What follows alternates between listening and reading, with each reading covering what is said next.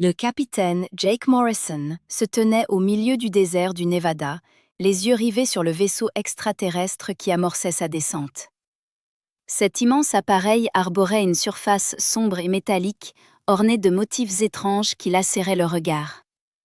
Cela fait 3 mois que l'humanité a découvert qu'elle n'était pas seule dans l'univers.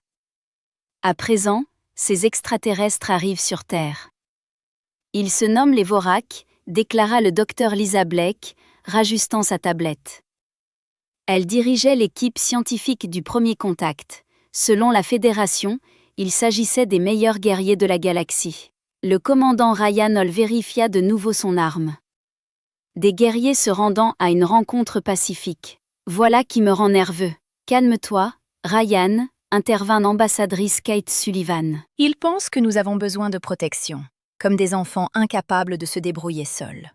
Le vaisseau atterrit, soulevant des nuages de sable. Jake plissa les yeux face au vent. La chaleur du désert était accablante, dépassant les 38 degrés Celsius.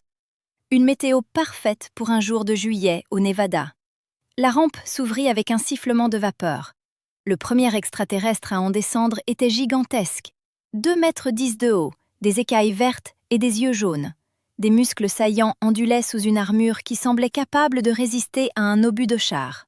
Derrière lui, d'autres extraterrestres apparurent, tous armés et observant les environs, comme s'ils s'attendaient à des ennuis. « Je suis le haut commandant Zdar de l'Empire Vorak », annonça le premier extraterrestre via un dispositif de traduction. Sa voix était grave et rocailleuse. « Je viens établir les protocoles de la Fédération sur votre monde. » Jake s'avança. « Bienvenue sur Terre. Je suis le capitaine Morrison. Voici le docteur Blake, le commandant Hall et l'ambassadrice Sullivan. » Zdar observa les humains, puis le désert environnant.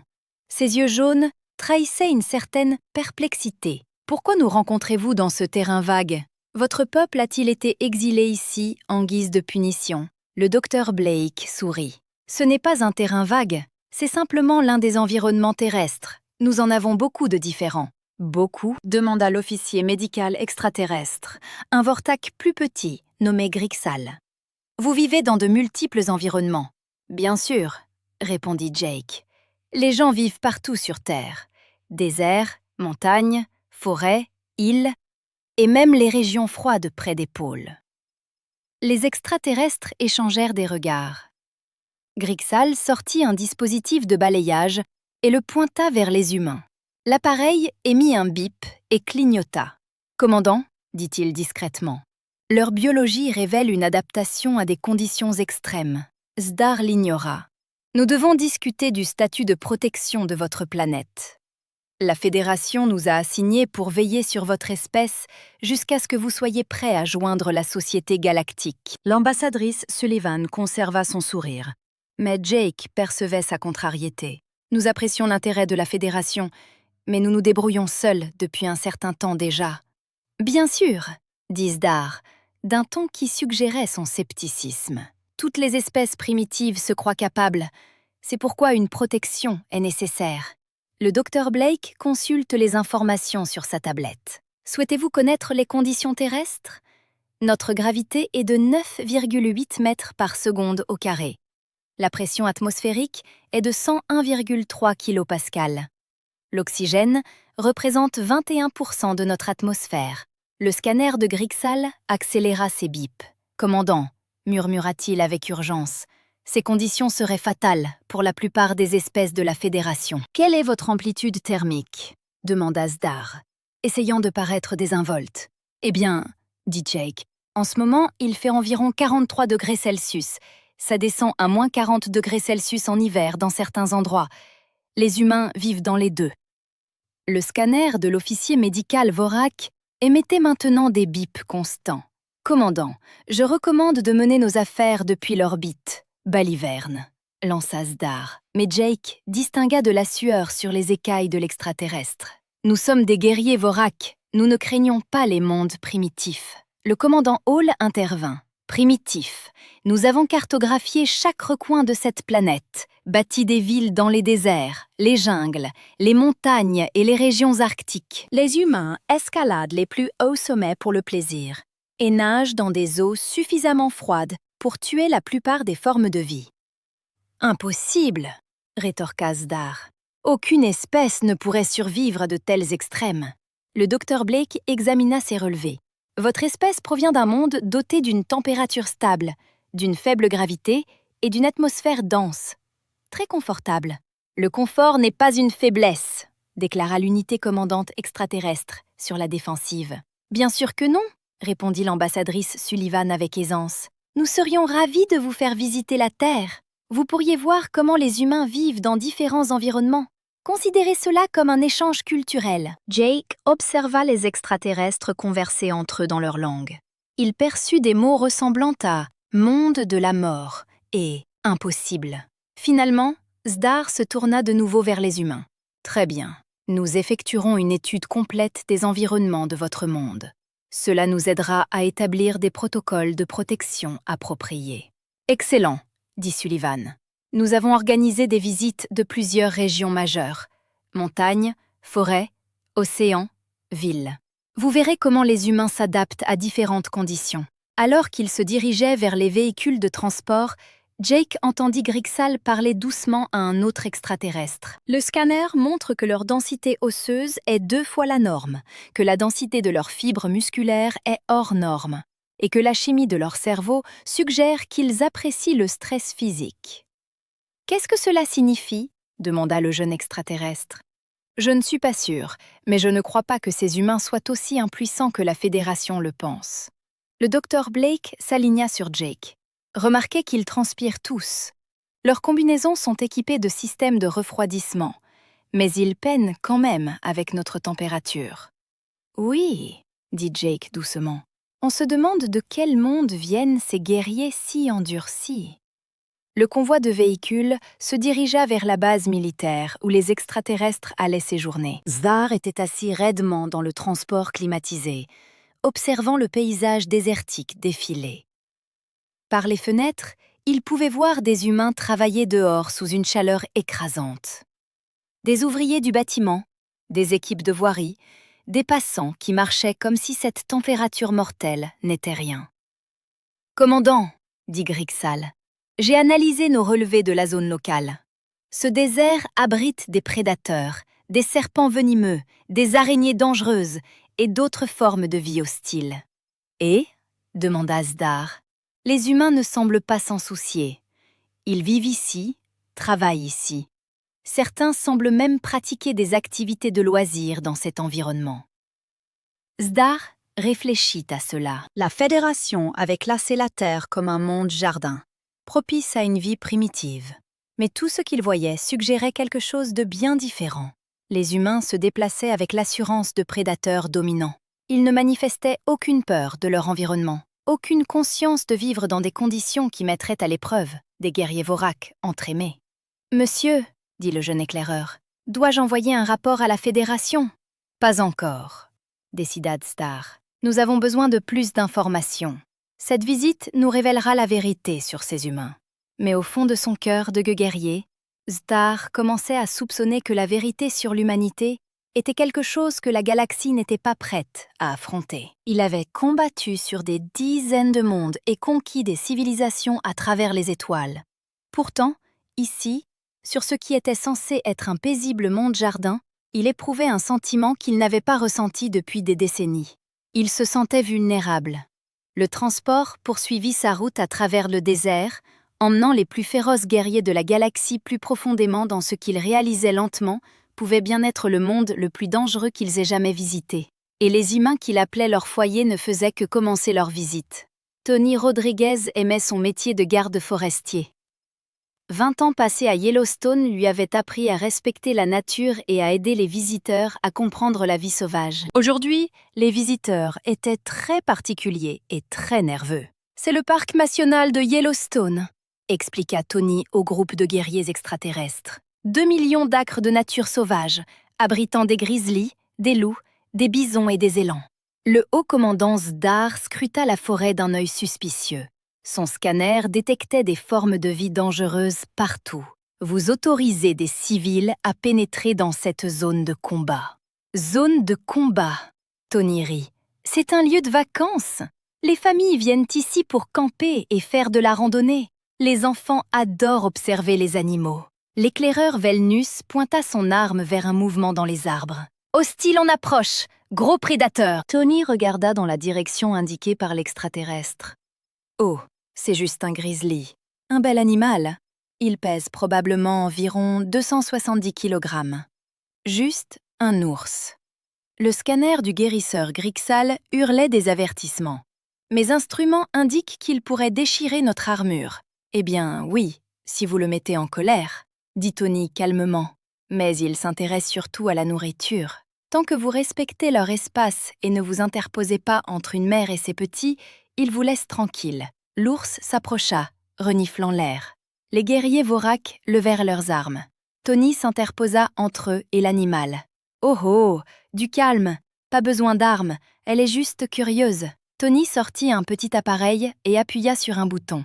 Il émit un bruit fort. L'ours le regarda, sembla hausser les épaules et s'éloigna. « Vous avez fait fuir un prédateur alpha avec un bruiteur » demanda Zdar. Le spray anti-ours fonctionne mieux, mais oui, les humains partagent leur espace avec les ours depuis des milliers d'années. On apprend à s'entendre. Tandis qu'il s'enfonçait dans le parc, Grixal ne cessait de tout scanner. Son équipement médical décelait des menaces mortelles partout. Plantes vénéneuses, serpents venimeux, insectes porteurs de maladies et prédateurs capables de tuer un guerrier Vortak. « Comment votre peuple survit-il ici » demanda-t-il à Tony. « Survivre ? Nous prospérons ici. Regardez autour de vous. Il y a des gens partout. » C'était vrai. Les extraterrestres pouvaient voir des familles humaines faire de la randonnée sur les sentiers, des enfants jouer près des ruisseaux et des couples assis sur des rochers pour déjeuner. Tous dans un environnement que les protocoles militaires Vortak classifiaient comme extrêmement hostile. Ils s'arrêtèrent à un centre d'accueil où Amy Patterson donnait une conférence sur la faune locale. Biologiste marine, spécialisée dans les créatures marines dangereuses, elle en savait suffisamment sur les animaux terrestres pour contribuer à la visite. « Voici une veuve noire », déclara Amy en tenant un petit conteneur. « Très venimeuse. Une seule morsure peut être mortelle si elle n'est pas traitée. » La délégation Vorak recula. Amy ne remarqua pas leur peur. Bien sûr, ce sont des créatures timides. Elles ne mordent que lorsqu'elles se sentent menacées. La plupart des gens passent leur vie entière sans en voir une, et nous disposons d'excellents traitements médicaux pour les morsures. Elle passa à la présentation suivante. Voici un crotal, lui aussi venimeux. Ils avertissent avant d'attaquer, ce qui est plutôt aimable de leur part. Et voici le sumac vénéneux. Il provoque des éruptions cutanées douloureuses sur la peau humaine. Vous cataloguez les armes de votre planète, demanda Velnus. Des armes ? Amy parut confuse. Ce ne sont que des animaux et des plantes, des éléments naturels. Nous les étudions pour apprendre à vivre en sécurité avec eux. Zdar commençait à saisir quelque chose d'effrayant. Vous voulez dire que les humains rencontrent régulièrement ces menaces ? Bien sûr. Si vous passez du temps à l'extérieur, vous pourriez croiser une faune dangereuse. C'est pourquoi nous avons des formations de sécurité. Les enfants l'apprennent à l'école. La visite se poursuivit vers un terrain de camping où des familles montaient leurs tentes pour la nuit. Les Vorak observèrent avec horreur des enfants humains courir dans une zone que leur scanner identifiait comme pleine de prédateurs, de plantes toxiques et de dangers environnementaux. « Ils dorment ici ?» demanda Grix. « À découvert, sans protection. »« Eh bien, ils ont des tentes, » dit Tony, « et des récipients à nourriture anti-ours. C'est la sécurité de base en camping. » Un jeune enfant humain courut vers Tony. « Monsieur Tony, nous avons vu une meute de loups tout à l'heure. C'était trop cool. C'est super, Emma. Es-tu restée à distance, comme nous en avons parlé ? » « Oui, papa a utilisé ses jumelles pour que nous puissions les regarder chasser des élans. » L'enfant retourna vers sa famille. L'extraterrestre l'observa. Un juvénile a été témoin de la chasse de prédateurs et a considéré cela comme un divertissement, demanda Zdar. « Les enfants adorent la nature, » dit Tony. « Les loups sont des chasseurs incroyables, magnifiques à observer à une distance sécuritaire. » Le lendemain, ils s'envolèrent pour Hawaï. Amy Patterson les rencontra à l'aéroport pour leur faire découvrir la vie océanique. Le temps était parfait, avec d'énormes vagues déferlant sur la plage. L'océan Pacifique entoure ces îles, expliqua Amy, abritant de grands requins blancs, des requins tigres, des physalis des serpents de mer et d'autres espèces marines. Elle montra des gens dans l'eau. Ce sont des surfeurs, ils chevauchent les vagues. Les Voraques consultèrent leurs scanners. L'océan révélait d'énormes prédateurs se déplaçant dans l'eau, des créatures toxiques pouvant tuer d'un simple contact, et des courants assez puissants pour écraser leur armure. « Les humains sont dans l'eau », dit Velna silencieusement. « Volontairement. Oh oui, le surf est très populaire ici. Des gens du monde entier viennent pour surfer les vagues hawaïennes. » Ils observèrent un jeune homme pagayer sur une planche vers des vagues que les scanners extraterrestres classaient comme catastrophiquement dangereuses. Il attrapa une vague et la chevaucha vers le rivage, se déplaçant à des vitesses qui auraient dû être fatales. « Dispose-t-il d'un équipement de protection ?» demanda Gris. « Juste une combinaison de plongée pour rester au chaud. » « Eh bien, c'est Hawaï, donc il n'a probablement même pas besoin de ça. » Un autre surfeur fit un wipe-out, disparaissant sous des tonnes d'eau. Les extraterrestres se tendirent, s'attendant à assister à une mort. L'humain réapparut quelques secondes plus tard, riant et nageant vers sa planche. « Il a survécu !» dit Zdar avec incrédulité. Bien sûr, les surfeurs savent gérer les wipe-out. Cela fait partie du sport. Amy les conduisit à un aquarium où elle travaillait avec des animaux marins. Elle manipulait avec décontraction des créatures qui faisaient hurler les alarmes des scanners Vorak, des poulpes capables d'injecter un venin mortel, des poissons aux dents acérées comme des rasoirs, des créatures marines couvertes d'épines toxiques. « C'est une pieuvre à anneaux bleus, » dit-elle, laissant le petit animal ramper sur sa main gantée. L'une des créatures les plus venimeuses de la Terre. Magnifique, n'est-ce pas? Les extraterrestres étaient muets. Ils observaient une femme humaine interagir calmement avec quelque chose qui pouvait tuer toute leur délégation en quelques minutes. Ce soir-là, ils étaient assis sur le balcon d'un hôtel, observant le coucher du soleil. Des familles jouaient encore sur la plage en contrebas. Des enfants construisaient des châteaux de sable, tandis que leurs parents nageaient dans des eaux contenant des prédateurs apicaux. « Je dois contacter la Fédération », dit Zdar à son équipe à voix basse. « Que leur direz-vous » demanda Felnus. « Je ne suis pas encore sûre, mais je commence à penser que les renseignements de la Fédération sur ce monde sont très erronés. » Grixal étudiait ses données médicales. « Commandant, j'ai analysé la biologie humaine par rapport aux espèces de la Fédération. Leur densité osseuse, leur masse musculaire, leur temps de réaction, leur taux de guérison, tout est au-delà des paramètres normaux. Qu'est-ce que cela suggère? Soit les humains sont des super soldats génétiquement améliorés, soit ils ont évolué dans un environnement si dangereux que la survie les a transformés en quelque chose d'inédit. Zdar regarda la plage où un enfant humain chassait les vagues, riant alors que l'eau tentait d'attraper ses pieds. L'enfant ne montrait aucune peur de l'immense océan qui pouvait l'engloutir en quelques secondes. « Ces humains, » dit-il lentement, « ils n'agissent pas comme des proies. Ils n'agissent même pas comme des prédateurs typiques. »« Alors que sont-ils » demanda Velnès. Zdar resta silencieux pendant un long moment. Finalement, il prononça les mots qui allaient tout changer. « Je pense qu'ils sont peut-être quelque chose que la galaxie n'a jamais vu. » Des survivants apicaux d'un monde qui transforme les enfants en guerriers.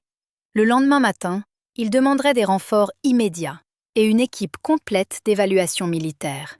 Parce que oui, le commandant Zdar commençait à soupçonner que l'humanité n'était pas une espèce ayant besoin de protection. Il pourrait bien être l'espèce la plus dangereuse de la galaxie. Et il ne le savait même pas. Le maître de guerre Cronis était le plus grand guerrier que l'Empire Vorak ait jamais produit. Il avait conquis 12 mondes et n'avait jamais connu la défaite. Quand le grand commandant Zdar demanda sa présence sur Terre, Kondis supposa qu'il s'agirait d'une simple évaluation d'humains primitifs. Il se trompait. L'évaluation initiale de la Fédération était incomplète, expliqua Zedgar alors qu'il se tenait dans les montagnes du Colorado. Ces humains ne sont pas ce qu'ils semblent être. Le colonel Danny Wright dirigeait la délégation humaine. À ses côtés se tenait le sergent-chef Carol Brooks, une femme dont les cicatrices racontaient des histoires de nombreuses batailles. Les humains semblaient détendus, mais Cronis remarqua qu'ils se déplaçaient avec la grâce fluide de combattants naturels. « Maître de guerre Cronis », dit le colonel Wright. « Bienvenue sur Terre. Nous comprenons que vous souhaitiez tester nos capacités. La Fédération exige une évaluation précise de toutes les espèces membres, répondit Cronis. Protocole d'évaluation militaire standard. Le sergent-chef Brooks sourit. Pas de problème. Qu'avez-vous en tête? Exercice de survie, environnement montagnard, conditions hivernales. La durée standard est de 72 heures. Les humains se regardèrent. C'est tout, demanda Brooks. Nous nous attendions à quelque chose de plus difficile. Cronis se sentit insulté. Ces créatures, douces, pensaient qu'un test de survie militaire standard était facile. Peut-être ne comprenez-vous pas, cela testera vos limites. Bien sûr, dit le colonel Wright. Où voulez-vous faire cela? Cronis désigna le pic au-dessus d'eux. La montagne était couverte de neige, bien que ce fût l'été à des altitudes plus basses. Ses capteurs indiquaient des conditions mortelles. Air raréfié, température glaciale, terrain instable. Là, dit-il, si votre espèce est vraiment capable, vous survivrez. Ben Carter s'avança. C'était un civil, pas un soldat. Cela vous dérange si je me joins à ce test? Vous n'êtes pas militaire, observa Cronis. Non, je suis guide de montagne. Je grimpe ces pics depuis 15 ans. C'est mon jardin. Le maître de guerre était confus. Pourquoi un non-combattant se porterait-il volontaire pour un test militaire? Ce n'est pas une récréation, c'est une évaluation de survie. Je sais, dit Ben joyeusement. Ça a l'air amusant. Le docteur Nina Foster était là en tant que soutien médical. Elle resterait au camp de base avec le guérisseur Grixal. Essayez de ne rien casser d'important, dit-elle à l'équipe. J'ai une chirurgie prévue demain. Le test commença à l'aube. Les guerriers Vorak portaient des combinaisons environnementales avancées avec chauffage intégré, recyclage d'oxygène et surveillance médicale. Les humains portaient des vêtements d'hiver basiques et des sacs à dos simples.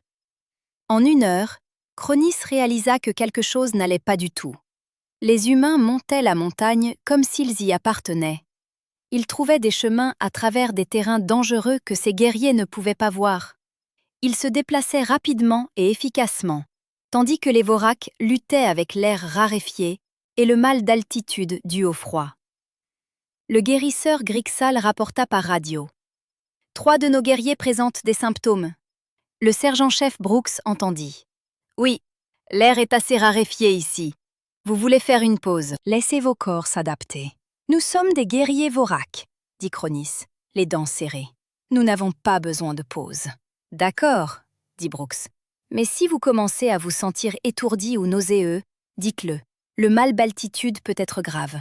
Ben Carter dansait pratiquement en montant la montagne. Il signalait des formations rocheuses intéressantes, identifiait des traces d'animaux dans la neige et semblait s'amuser complètement. « Comment est-il si rapide ?»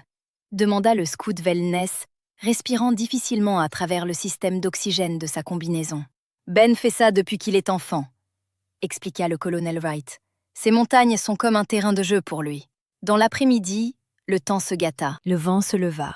La neige commença à tomber, et la visibilité chuta à presque 0. Les guerriers Vorak activèrent leurs balises d'urgence, se préparant à demander une extraction. « La tempête empire, » observa Brooks calmement. « Nous devrions trouver un abri et attendre qu'elle passe. Notre équipement indique que ce système météorologique met la vie en danger, » dit Cronis. « Oui, c'est une bonne tempête, » acquiesça Ben. « Un temps parfait pour tester l'équipement et les compétences. » Les humains construisirent un abri en utilisant des roches et leur équipement. Ils travaillèrent ensemble harmonieusement, chaque personne sachant exactement quoi faire. Les Vorak observèrent avec stupéfaction comment les humains créèrent un espace chaud et sec en quelques minutes. « Vous avez déjà fait cela, » observa Cronis. « Survie en montagne de base, » dit Brooks. « Chaque soldat apprend ça. »« Et les civils ?» rit Ben. « Ma fille a appris à construire des abris en neige quand elle avait 8 ans. Ce n'est pas sorcier. » Cette nuit-là, la température chuta à -20 degrés Celsius. Les humains étaient assis autour d'un petit feu, racontant des histoires et riant. Les Vorak se blottissaient dans leurs combinaisons chauffées, observant leur niveau de puissance baisser. « Votre équipement échouera dans ces conditions, » avertit Cronis. « Probablement, » acquiesça Wright. « C'est pourquoi nous ne dépendons pas de l'équipement. La chaleur corporelle, des vêtements appropriés, et le travail d'équipe vous garderont en vie lorsque la technologie échoue. » Le 2e jour apporta la gigantesque avalanche. une section de la montagne se détacha dans un rugissement semblable à celui du tonnerre. Des tonnes de neige et de roches dévalèrent vers leur campement. Le Vorak se figea de terreur, mais les humains agirent instantanément. « Avalanche !» cria Brooks. « Tout le monde à terre !» Les humains s'aplatirent et se couvrirent la tête. Ils savaient exactement quoi faire. La neige les recouvrit, mais ils avaient judicieusement choisi leur emplacement de camp. La majeure partie des débris les contourna. Une fois la neige retombée, 2 guerriers Vortak étaient ensevelis. Condis activa sa balise de détresse pour appeler un secours orbital, mais les humains étaient déjà en action. Ben Carter avait sorti un étrange appareil, DSDVA, expliqua-t-il. Équipement standard pour le sauvetage en montagne. Les humains travaillèrent avec une vitesse et une efficacité sidérantes. Ils localisèrent les guerriers ensevelis, les dégagèrent et vérifièrent leurs blessures. Le sauvetage entier prit moins de 20 minutes. « Comment » demanda Cronis. « Comment avez-vous fait si vite ?»« L'entraînement » répondit Brooks. « Le sauvetage en montagne est une affaire sérieuse. Chaque seconde compte. » Le docteur Foster arriva en hélicoptère 1 heure plus tard. Elle soigna les Voraks blessés dans des conditions que le guérisseur Grix déclara impossibles pour un travail médical. Vent, neige, température glaciale et terrain instable. « Juste un jour comme les autres dans le Colorado », dit-elle en nettoyant les plaies et en vérifiant l'absence de commotion. « Vous devriez voir ce que nous gérons pendant la saison de ski. » Ce soir-là, de retour au camp de base, Cronis resta seul, méditant sur ce qu'il avait vu. Ces guerriers, les meilleurs que la galaxie ait jamais produits, avaient été impuissants dans des conditions que des civils humains géraient couramment. « Maître de guerre, » dit Velnus discrètement, « j'ai étudié l'histoire militaire humaine, et ils mènent des guerres dans des environnements qui tueraient nos guerriers avant même le début de la bataille. Chaleur désertique, froid arctique, humidité de la jungle, altitude montagnarde, ils s'adaptent à tout. » Kundis examina de nouveau les données. Chaque lecture confirmait ce qu'il ne voulait pas croire. Les humains étaient physiquement supérieurs aux Vortak à tous égards mesurables. Plus forts, plus rapides, plus adaptables et plus résistants. Mais ce n'était pas tout. Ils travaillaient parfaitement ensemble sous pression. Ils transformaient des situations impossibles en tâches faciles. Ils affrontaient des défis mortels avec une compétence sereine. « Monsieur, » poursuivit Velnus, « et si la Fédération se trompait en considérant la Terre comme un monde de jardin ?» Kundus songea à l'ours qui avait traversé leur camp ce matin-là. Les humains avaient à peine levé les yeux de leur petit déjeuner. Pour eux, partager un espace avec une créature capable de tuer un guerrier Vortak était tout à fait normal. « Envoyez un message classifié au haut commandement de la Fédération, » ordonna-t-il. « Que doit-il dire ?» Cronis choisit ses mots avec soin. « Recommander une reclassification immédiate du monde natal humain. Les protocoles actuels d'évaluation des menaces sont insuffisants. Niveau de menace. » Le maître de guerre observa le colonel Wright et son équipe en train d'emballer leur matériel. Ils riaient de quelque chose, probablement en planifiant leur prochaine aventure dans ce que la galaxie considérait comme un monde de mort. Inconnu, dit Cronis finalement, mais bien plus élevé que quiconque ne l'aurait cru possible. Il ne dit pas à Velnus ce qu'il soupçonnait réellement, que l'humanité n'était pas une espèce comme les autres. Ils étaient des survivants ultimes du monde le plus dangereux de l'espace connu, et la Fédération venait de les inviter à rejoindre la civilisation galactique. La galaxie était sur le point de changer à jamais. La suprême commandante Texara avait dirigé l'armée de la Fédération pendant plus de 2 siècles. Elle avait vu des espèces s'élever et chuter, conquis des mondes innombrables, et affronté chaque défi que la galaxie pouvait offrir. Elle ne crut pas au rapport du maître de guerre Cronus concernant la Terre. « Impossible !» déclara-t-elle au haut commandement de la Fédération. « Aucune espèce ne pourrait développer de telles capacités sur un seul monde. »« Les rapports sont cohérents, » dit le conseiller principal Zélaner. « Peut-être devrions-nous enquêter personnellement. Je mènerai une analyse planétaire exhaustive, » décida Texara. Cette exagération prend fin maintenant. Elle arriva sur Terre avec l'équipe d'évaluation la plus avancée de la Fédération.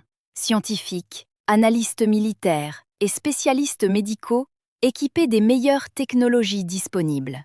Ils prouveraient que les humains étaient simplement une autre espèce primitive nécessitant des conseils. L'amiral de flotte Sarah Mitchell les rencontra sur le site d'atterrissage. « Suprême commandante, bienvenue sur Terre. Je crains que vous n'arriviez à un moment chargé. »« Chargé ?» demanda Texara. « Catastrophe naturelle. Un tremblement de terre a frappé la Californie ce matin. Un ouragan touche terre en Floride. Des feux de brousse brûlent en Australie. Une semaine typique en somme. » Texara était déconcerté. « Vous n'évacuez pas pendant les catastrophes planétaires ?» L'amiral Mitchell parut perplexe. « Évacuer. C'est notre planète. Nous gérons les problèmes. Nous ne les fuyons pas. » La suprême commandante regarda les flux d'informations montrant les catastrophes. Ses capteurs militaires classaient chaque événement comme une menace de niveau d'extinction. Mais au lieu de fuir, les humains se précipitaient vers les zones de danger. « Ils se dirigent vers les catastrophes », observa son officier tactique. « Des opérations de sauvetage », expliqua l'amiral Mitchell. « Les gens ont besoin d'aide. Nous la leur apportons. » L'ingénieur en chef Rick Anderson coordonnait la réponse aux catastrophes depuis un centre de commandement mobile. Il se déplaçait entre plusieurs zones de crise, dirigeant ressources et personnel avec une efficacité sereine. Séisme de magnitude 6,2, rapporta-t-il à son équipe. Immeuble effondré dans le centre de Los Angeles. Des équipes de recherche et de sauvetage sont déployées. Des postes médicaux seront opérationnels dans 30 minutes. Texara observa à travers les capteurs de son vaisseau des milliers d'humains se précipiter dans des zones que son ordinateur classait comme inhabitables. Ils travaillaient dans des conditions qui tueraient la plupart des espèces de la Fédération en quelques minutes. « Comment survivent-ils à cela ?» demanda-t-elle. « Entraînement, équipement et expérience », dit l'amiral Mitchell. « Los Angeles se trouve sur des failles actives. Les tremblements de terre font partie de la vie ici. Nous y sommes préparés. » Le capitaine Pete Johnson effectue des missions de sauvetage à travers l'ouragan. Son appareil traversait des vents que les aéronefs atmosphériques de la Fédération ne pouvaient supporter. Il effectua 17 trajets, évacuant des personnes de zones inondées et de bâtiments effondrés. « Est-il amélioré ?» demanda Texara, observant ce vol impossible. « Pete, non, c'est juste un bon pilote. Il effectue des missions de sauvetage depuis 20 ans. Il a grandi dans la région des tornades, donc le mauvais temps ne le dérange pas beaucoup. » Le docteur Maria Santos pratiquait une chirurgie dans un hôpital de campagne, installé dans la zone du tremblement de terre. Des répliques continuaient de secouer le sol toutes les quelques minutes. L'équipement médical claquait, les lumières vacillaient, mais elle ne cessa jamais de travailler. 43 opérations en 18 heures, rapporta-t-elle à son équipe médicale. 2 patients de plus arrivent, préparez-en 3. L'officier médical de Texara était horrifié. Elle opère alors que le sol bouge, dans des conditions instables, avec des débris qui tombent autour d'elle. Le docteur Santos est l'une de nos meilleures chirurgiennes traumatologues, dit fièrement l'amiral Mitchell. Elle a travaillé dans des zones de guerre, des zones sinistrées et des situations d'urgence partout dans le monde. Il en faut plus qu'un tremblement de terre pour la ralentir. La lieutenant Grace Turner dirigeait des équipes hazmat dans des zones toxiques créées par des déversements chimiques résultant du tremblement de terre. Elle portait un équipement de protection de base et travaillait dans des environnements que les capteurs de la Fédération classaient comme immédiatement mortels. « Fuite d'acide contenu », rapporta-t-elle calmement. « Je passe au site suivant. Cela devrait être nettoyé d'ici demain. » Demain. Le spécialiste environnemental de Texara lisait des chiffres impossibles. Ces niveaux de toxines tueraient nos équipes en combinaison de protection en quelques heures. Grace fait du travail hazmat depuis la fin de ses études universitaires, expliqua l'amiral Mitchell. Déversement chimique, fuite radioactive, contamination biologique. Elle a tout vu. L'ouragan apporta ses propres horreurs. La surcote inonda les villes côtières. Les vents déchiraient les bâtiments et la pluie tombait en rideaux qui réduisaient la visibilité à 0. Les équipes de sauvetage de la garde côtière travaillèrent malgré tout. Ouragan de catégorie 4, nota l'amiral Mitchell, vérifiant les rapports. Cela aurait pu être pire. Pire. Texara ne pouvait croire ce qu'elle voyait. Vos gens travaillent-ils régulièrement dans ces conditions ? Le temps fait ce qu'il veut. Des gens y sont piégés. Nous allons les chercher. Pendant ce temps, en Australie, Les pompiers luttaient contre des incendies de forêt sur des millions d'hectares. Ils travaillaient à des températures dépassant 49 degrés Celsius, respirant une fumée qui étoufferait la plupart des espèces de la Fédération, encerclés par des flammes qui transformaient le paysage en enfer. Juste une autre saison des feux, rapporta un pompier par radio. Un peu de pluie serait appréciable, mais nous allons le contenir. Texara consulta les données sur l'histoire environnementale de la Terre. Ce qu'elle découvrit changea tout. Cette planète connaît des événements catastrophiques réguliers, dit-elle à son équipe d'analyse. Tremblements de terre, ouragans, tornades, inondations, incendies, éruptions volcaniques, ères glaciaires. La surface entière est instable. Oui, madame. Et les humains ont construit des civilisations dans toutes ces zones à risque. Ils vivent là où les catastrophes se produisent. Les humains semblent préférer les endroits dangereux, dit Texara. Les grandes villes construites sur des failles tectoniques, dans des zones d'ouragans, près de volcans actifs. Ils les appellent de beaux endroits avec du caractère. L'ingénieur en chef Anderson rejoignit leur briefing par liaison vidéo.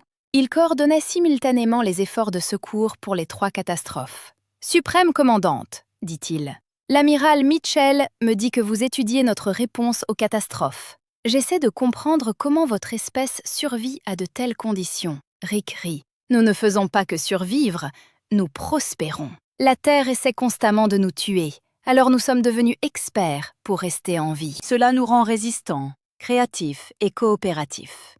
Vous considérez les catastrophes planétaires comme normales. Bien sûr, les tremblements de terre ont construit nos montagnes. Les ouragans apportent la pluie à nos fermes. Les volcans rendent le sol fertile. Les feux de brousse nettoient les vieilles forêts pour la nouvelle croissance. Tout cela fait partie du cycle. » Texara le fixa. « Vous voyez la mort et la destruction comme bénéfiques. Nous y voyons un défi et une opportunité. Chaque catastrophe nous apprend quelque chose.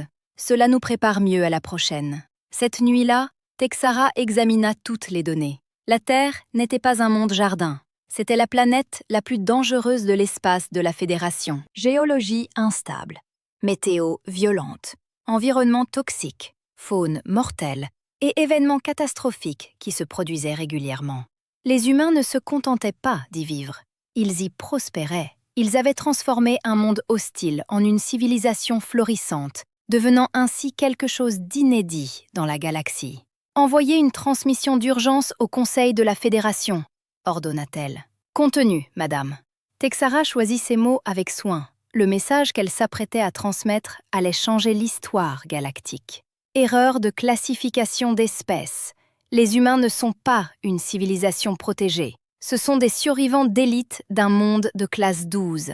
Je recommande une mise en œuvre immédiate du protocole 7. Protocole 7, demanda son officier des communications. Madame, c'est réservé aux espèces qui posent des menaces existentielles à la sécurité de la Fédération. Exactement, répondit Texara, observant les humains accomplir des prodiges dans des conditions qui anéantiraient des armées. Je ne pense pas qu'ils soient dangereux parce qu'ils veulent nuire à qui que ce soit. Ils sont dangereux parce qu'ils sont si incroyablement capables qu'ils donnent à tout le monde l'air impuissant. Elle consulta les données une dernière fois. Chaque humain vivant était un miracle ambulant d'adaptation et de survie. Ils affrontaient des défis insurmontables avec une compétence sereine et refusaient d'accepter la défaite. La galaxie est sur le point d'apprendre ce qui arrive quand on évolue sur un monde qui n'arrête jamais d'essayer de vous tuer, dit-elle doucement. Ce qui arrive. Tehara observa le docteur Santos effectuer une autre chirurgie alors que le sol tremblait autour d'elle. On devient inarrêtable. Le Conseil de la Fédération n'avait jamais été confronté à une telle crise. Pour la première fois dans l'histoire galactique, il devait reclasser entièrement une espèce, passant de protégée à menace potentielle. La session d'urgence réunit des représentants de tout l'espace connu. La motion devant nous, annonça le conseiller Prime, est la mise en quarantaine immédiate du système solaire en attendant une évaluation approfondie. Appuyez, dit le représentant Catérion. Ces humains sont clairement trop dangereux pour les protocoles de contact standards. Motion refusée, déclara Zélanor fermement. Nous n'emprisonnerons pas une espèce pour sa compétence. Au lieu de cela, nous invitons des représentants humains à s'adresser directement à ce conseil. La chambre du conseil se tut. Aucune espèce originaire d'un monde hostile n'avait jamais été admise dans la capitale de la Fédération. L'idée même était considérée comme impossible. Le président Kevin Moore dirigeait la délégation humaine. L'amiral Lisa Thompson marchait à ses côtés, son uniforme impeccable et professionnel. Le docteur Andrew Phillips portait des tablettes de données contenant la réponse formelle de l'humanité aux préoccupations de la Fédération. La vaste chambre accueillait des représentants de centaines de mondes UAT. La plupart n'avaient jamais vu d'humains auparavant. Ils regardaient nerveusement la petite délégation se diriger vers l'estrade. « Honorable conseiller », commença le président Moore, « nous ne venons pas comme des conquérants ou des menaces, mais comme des voisins, espérant bâtir des relations pacifiques. Votre monde a été reclassé comme un monde de classe 12, dit le représentant altarien. Nos scientifiques le déclarent inhabitable. Le docteur Phillips avança. Avec tout le respect que je vous dois, votre système de classification semble présenter quelques lacunes. Vous évaluez les mondes en fonction de leur danger pour vos espèces, mais vous n'avez jamais considéré le type d'espèce qui pourrait évoluer sur ces mondes dangereux. Il active un affichage holographique montrant l'environnement terrestre. Notre planète connaît des événements catastrophiques réguliers, tremblements de terre, ouragans, éruptions volcaniques, périodes glaciaires, impacts de météorites. La plupart des espèces considéreraient cela comme infernal. Pourtant, vous y prospérez, observa le délégué Centurion. Nous ne nous contentons pas de prospérer, dit l'amiral Thompson. Nous excellons. La Terre nous a appris qu'il n'existe pas de conditions impossibles.